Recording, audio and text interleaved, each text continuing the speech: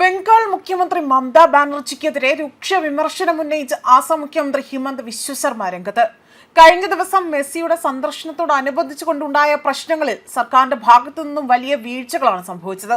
മെസ്സിയെ കാണാൻ എത്തിയവർ അവരിൽ നിന്നാകട്ടെ 25,000 രൂപ ഈടാക്കുകയും ആരാധകരുമായി സംവദിക്കുമെന്ന കള്ളപ്രചരണം സംഘാടകർ നടത്തുകയും ചെയ്തിരുന്നു. എന്നാൽ സംഘാടകർ പറഞ്ഞതുപോലെ ഒന്നും അവിടെ നടന്നില്ല. 10 മിനിറ്റ് പോലും സ്റ്റേജിൽ നിൽക്കാതെ തന്നെ മെസ്സി പോകുകയാണ് ഉണ്ടായത്. ഇതിൽ കോപാകുലരായ ജനമാകട്ടെ അവിടെ വലിയ രീതിയിൽ പ്രശ്നങ്ങൾ സൃഷ്ടിക്കുകയും ആ പ്രശ്നങ്ങൾ വലിയ രീതിയിൽ സങ്കീർണമാവുകയുമാണ് ഉണ്ടായത്.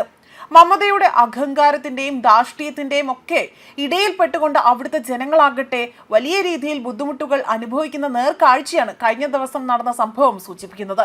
മാത്രമല്ല, ഇവരെ അധികാരത്തിൽ നിന്നും താഴെ ഇറക്കണമെന്ന വികാരം, ജനവികാരം ഇപ്പോൾ കൂടുതലായി തന്നെ ഉയർന്നു കേൾക്കുകയും ചെയ്യുന്നു.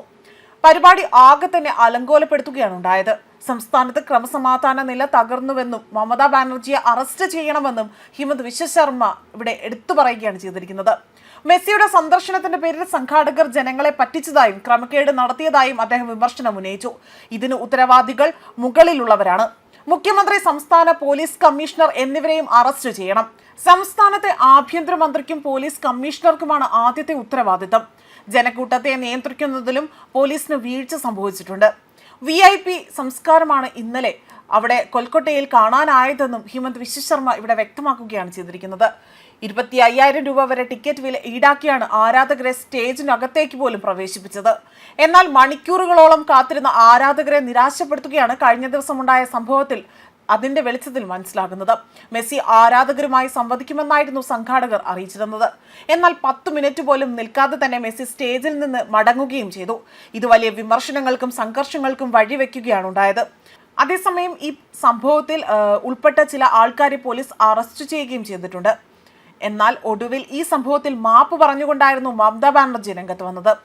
സ്റ്റാർട്ട് സ്റ്റേഡിയത്തിലേക്ക് ഫുട്ബോൾ സൂപ്പർ സ്റ്റാറായ മെസ്സി പങ്കെടുത്ത ഈ ഒരു പരിപാടിക്കിടയിലുണ്ടായ മോശം മാനേജ്മെന്റിലും അരാജകത്വത്തിലും കടുത്ത ആശങ്ക രേഖപ്പെടുത്തിക്കൊണ്ടായിരുന്നു മമത രംഗത്ത് വന്നത്.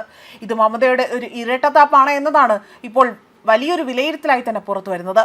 തന്റെ ഔദ്യോഗിക എക്സ് പേജിലൂടെയായിരുന്നു മുഖ്യമന്ത്രിയുടെ പ്രതികരണം. സ്റ്റാർട്ട് സ്റ്റേഡിയത്തിൽ നിന്ന് തന്നെ അവിടെ നടന്ന മോശം മാനേജ്മെന്റിൽ ഞാൻ വളരെയധികം അസ്വസ്ഥതയും ഞെട്ടലും അനുഭവിക്കുന്നു. തങ്ങളുടെ പ്രിയപ്പെട്ട ഫുട്ബോൾ താരം മെസ്സിയെ ഒരു നോക്ക് കാണാൻ തടിച്ചുകൂടിയ ആയിരക്കണക്കിന് കായിക പ്രേമികൾക്കും ആരാധകർക്കുമൊപ്പം ഞാൻ സ്റ്റേഡിയത്തിലേക്ക് പോവുകയായിരുന്നു. അവർ കുറിച്ചു.